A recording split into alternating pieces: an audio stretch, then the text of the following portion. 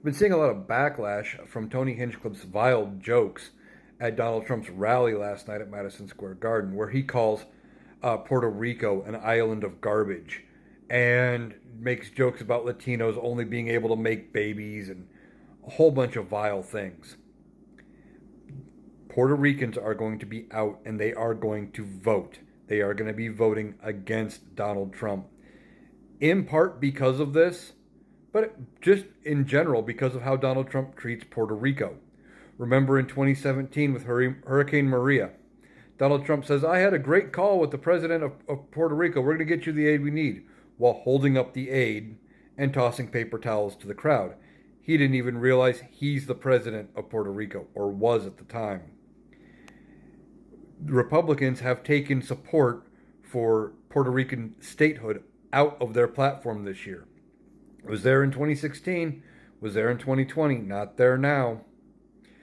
Democrats, however, have said they're pushing for Puerto Rican statehood.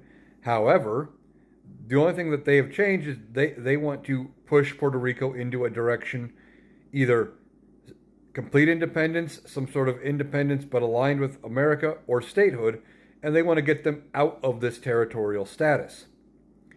Now we'll see what happens. I think there is a referendum in Puerto Rico this year on the ballot, and they will be voting on whether or not they want to become a state. And that's a whole process. I have a longer video about that up on my YouTube page. It takes them approving it, Congress saying, okay, you can start the process, and them passing a constitution. It's a whole thing. But Puerto Rico, I believe, has a ballot measure about statehood. Now, I believe they should be the 51st state. That should have happened a long time ago. They were talking about Puerto Rico becoming a state when I was in school over 20 years ago. It needs to happen.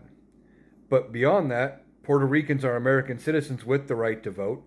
Now, they cannot vote for president on the island of Puerto Rico, but for those Puerto Ricans who are not living on the island and are living in other states, they can vote. They can vote for president in the state they are in. And you better believe they are going to be voting against Donald Trump after these events. It's not a good sign for Donald Trump. The blatant racism was on display. And, I've seen a lot of videos about people just mad as hell over these comments. And they should be. Donald Trump doesn't care about Puerto Rico. He doesn't care about Puerto Ricans. He made that evident because they had to vet this comedian. His jokes were vetted because they were fed into the teleprompter. Everybody knew what he was going to say. And they said, yeah, these sound good. We should go with this. And then afterward, when there's some heat from it, they want to back away from it and say, oh, we didn't know it was going to be that bad. No, it was horrible. It was despicable. And they deserve every bit of backlash they're getting from this.